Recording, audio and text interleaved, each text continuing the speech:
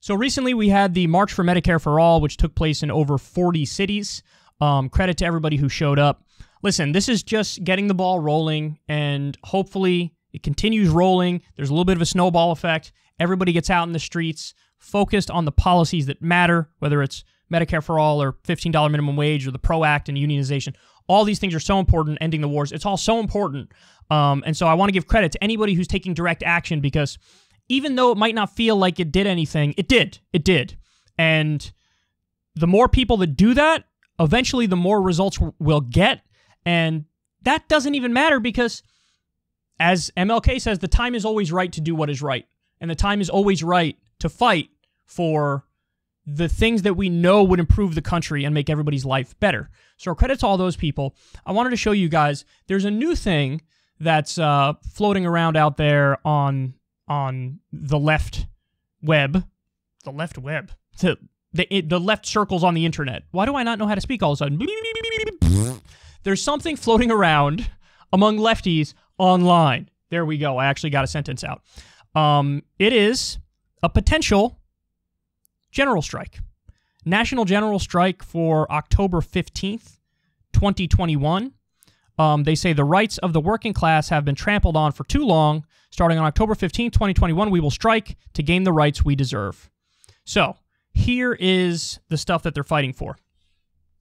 25% corporate tax rate with no loopholes.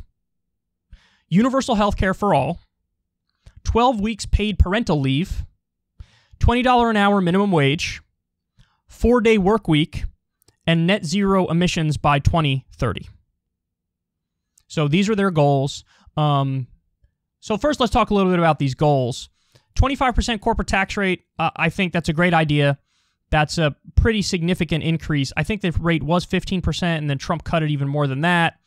Now, the reality is the effective rate, which is what they actually pay, was way lower than 15, and it's way lower than 10. Some of these big corporations pay nothing or next to nothing. So to have a 25% corporate tax rate with no loopholes, that would be a pretty big increase on taxes on corporations, which is something I support. Universal health care for all, that's a no-brainer. Me personally, I would prefer a UK-like system where it's public funding of public institutions and hospitals and clinics, so it's totally nationalized. However, having said that, I would settle for a French-style system or a Canadian-style system where it's public funding of private institutions. The most important thing is public funding, so funded through tax dollars. And, this is an internal coalition discussion and debate we can have. I think even if you would prefer private providers, we should, the starting negotiating position should be fully nationalized system, so public funding of public institutions. But either way, they're right on universal health care for all. 12 weeks paid parental leave. See, this one's interesting to me because you should have put 12 weeks, paid vacation time. Because by making it just parental leave, it's limiting. If you make it 12 weeks paid vacation time, then it's not limiting anymore.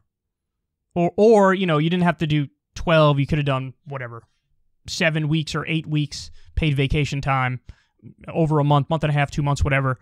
I think that would have been more inclusive by making it just parental.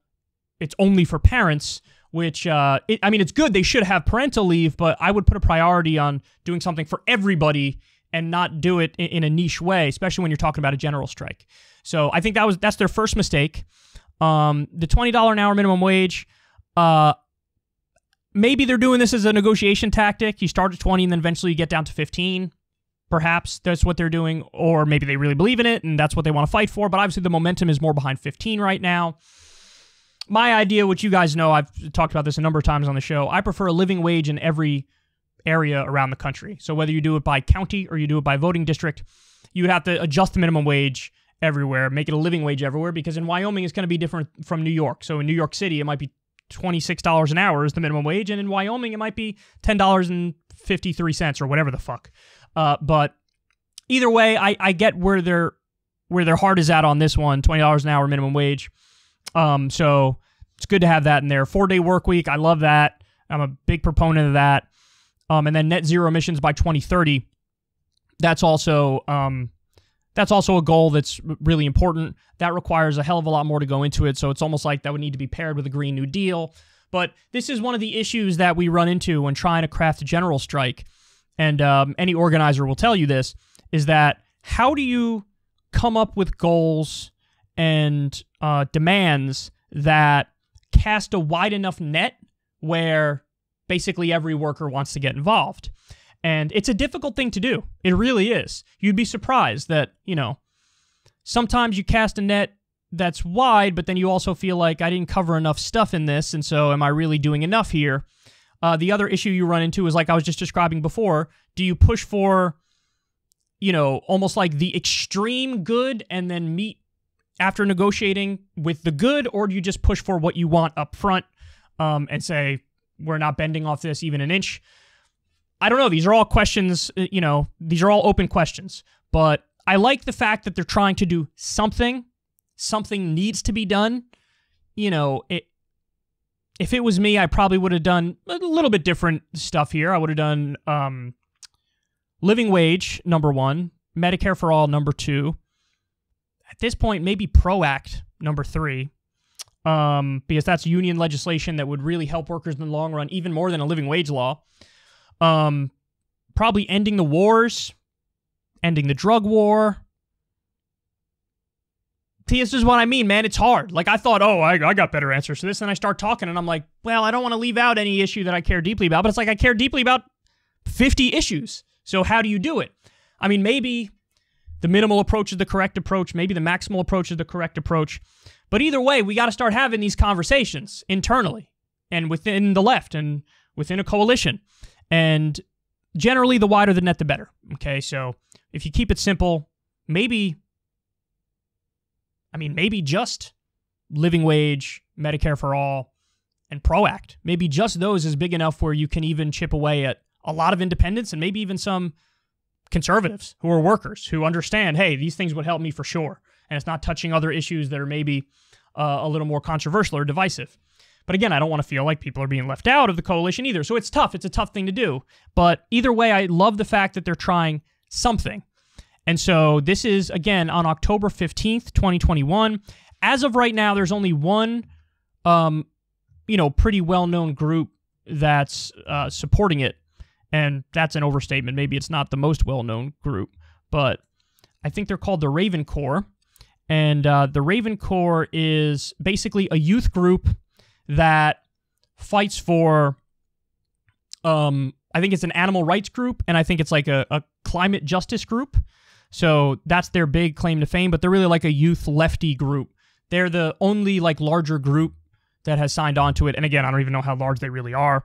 But, one of the reasons I'm covering this now is because maybe, you guys can get on board. I know a lot of people who listen to the show, maybe they're, they have a chapter of the Green Party in a certain place, or a chapter of DSA in a certain place, or they're involved with the People's Party, or they're involved with, insurgent incumbent Democratic candidates.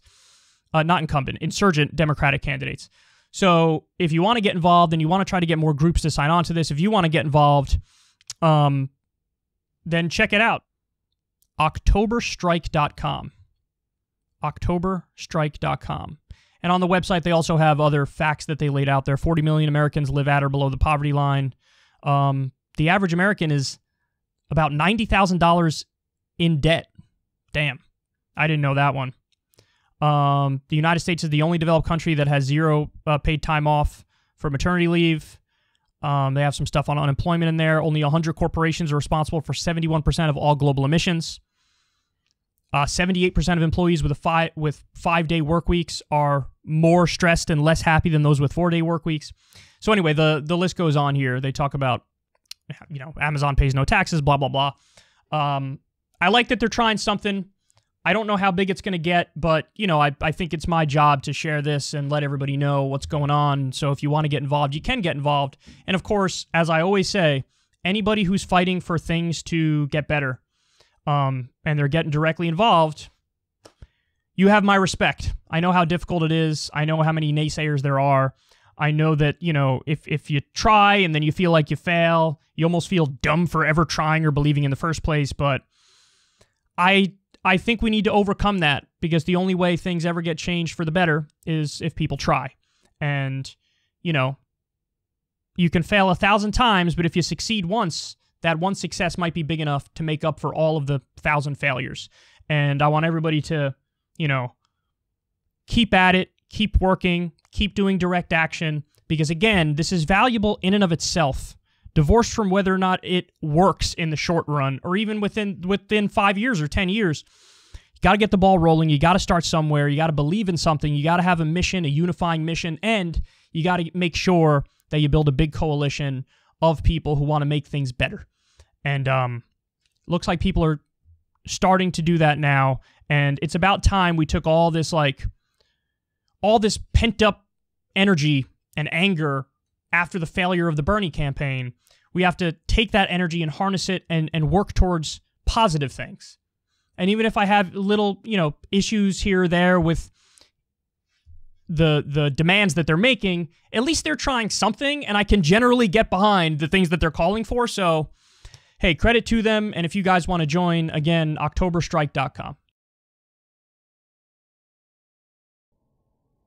Hey, y'all, do me a favor and like and subscribe. It helps out big time in the algorithm. Click the bell as well for notifications when videos drop, and watch that video on screen right now. You know you want to.